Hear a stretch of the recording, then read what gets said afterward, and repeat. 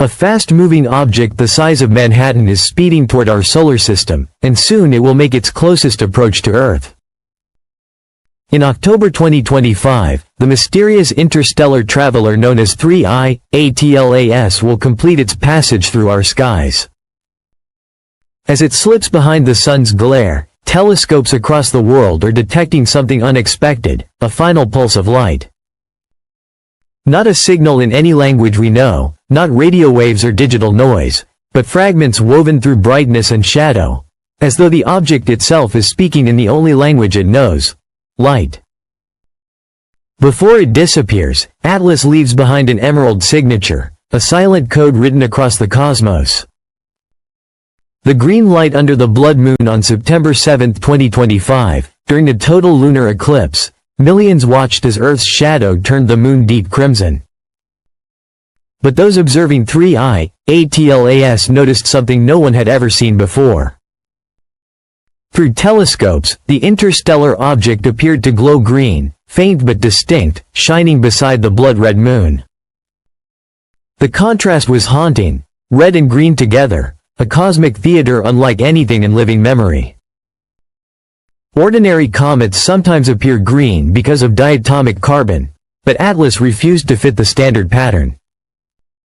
Its spectral fingerprint didn't match known chemical signatures. It suggested a new mix of elements, something formed under alien conditions, far from our sun. That was the first anomaly, the opening word of its transmission, color behaving as code. Light that talks back. The second anomaly came from how Atlas scattered light. Normally, comet dust reflects sunlight in predictable ways. But Atlas showed an unusually deep and narrow polarization dip, around -2.7%, flipping sharply near 17 degrees from the sun. No other known comet behaves this way. The sunlight bouncing off its dust seemed twisted, as though the particles themselves were reshaping the light into information. Some astronomers described it as light talking back. It wasn't just glowing, it was responding. Water where no water should be. Then came the third signal, water in the wrong place.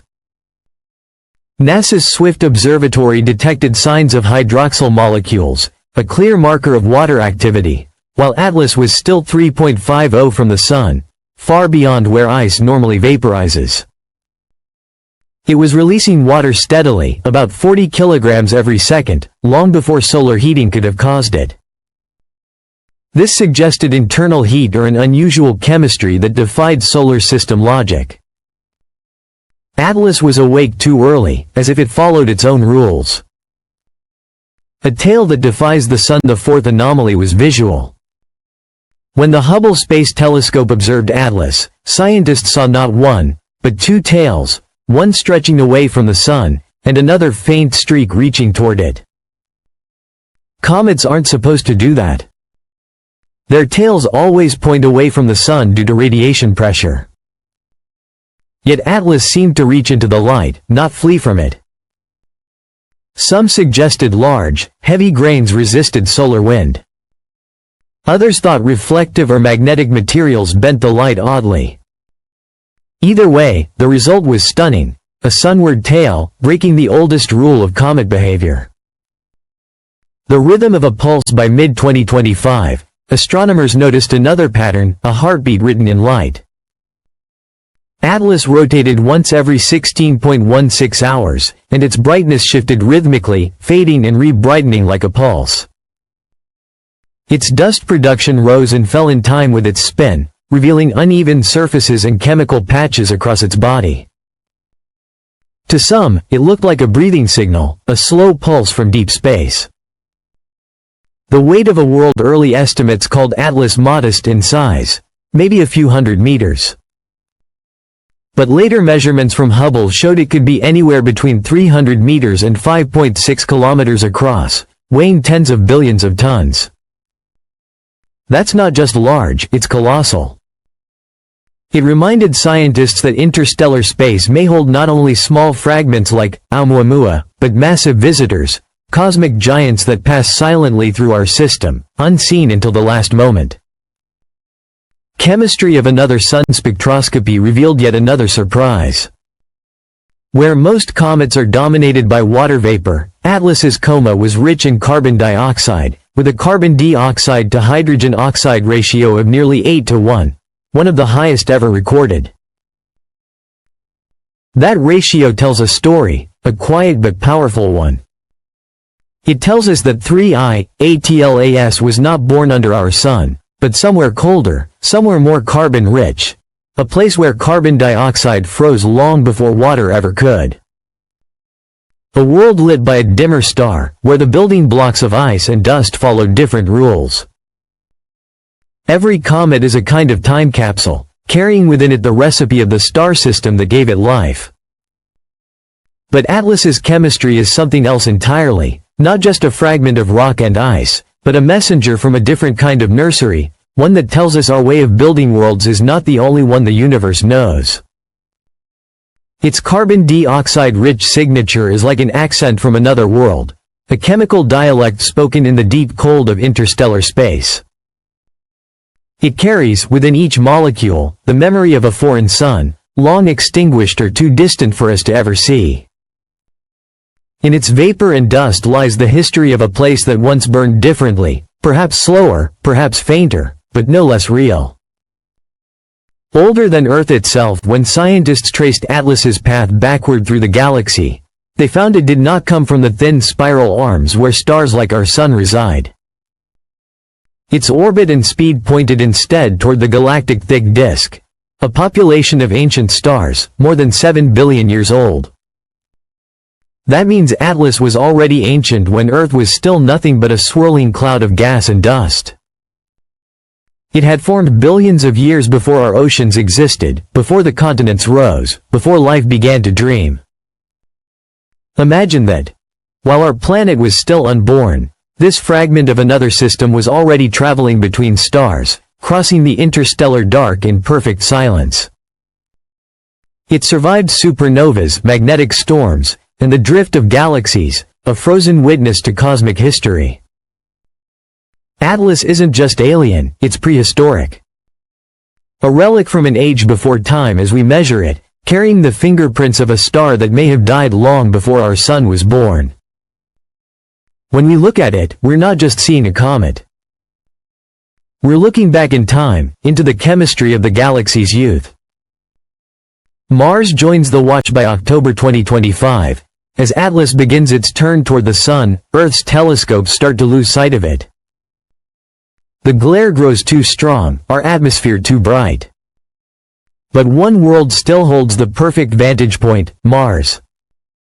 From its orbit, a small fleet of explorers waits. NASA's Mars Reconnaissance Orbiter, ESA's Mars Express, and the ExoMars Trace Gas Orbiter. These spacecraft, built to study the red planet, now turn their gaze outward, away from Mars, and toward the interstellar visitor glowing green in the void.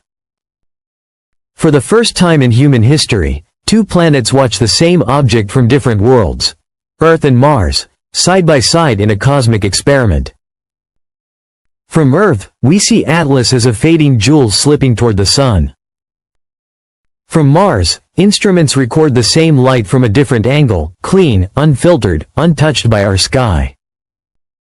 It feels almost deliberate, as if the universe arranged the alignment itself. Two worlds, two perspectives, one shared witness to a message older than both. The red planet, once a world of ancient seas and lost horizons, now stands as a silent observer, recording the last whispers of a traveler born before it ever existed. Into the fire, into silence, and then comes the final act. By the end of October 2025, 3I, Atlas will reach its perihelion, its closest approach to the Sun, just beyond Earth's orbit, at about 1.36 astronomical units. For the interstellar wanderer, it is a moment of trial.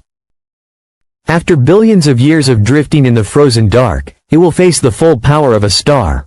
Our star, for the first and perhaps only time. As it dives toward the light, Earth will lose it completely. The sun's glare will swallow it whole, and every telescope on the ground will go blind. Only a handful of space probes, orbiting Mars, Jupiter, or watching from deep space, will still glimpse its fading glow, tracing the final pulses of a transmission that began before life on Earth began to breathe. No one knows what will happen next. Atlas might survive the passage, swing around the sun, and drift quietly back into the void, its story incomplete, its mysteries preserved. Or it might fragment, torn apart by heat and gravity, scattering its message across space as a rain of emerald dust. Either way, its silence will be the end of something extraordinary. It came not to stay, but to remind us that the galaxy is full of wanderers. That somewhere out there, among the countless stars, are other systems, other stories, other chemistries. And sometimes one of them crosses our path long enough to leave a sign, a signature written in light and color, in water and carbon and time. The transmission fades. The emerald glow vanishes into the solar fire. And for a moment, all that remains is the echo, a question written across the cosmos. How many other voices are still out there, waiting to be seen? The line is complete. The signal ends. But the mystery has only just begun.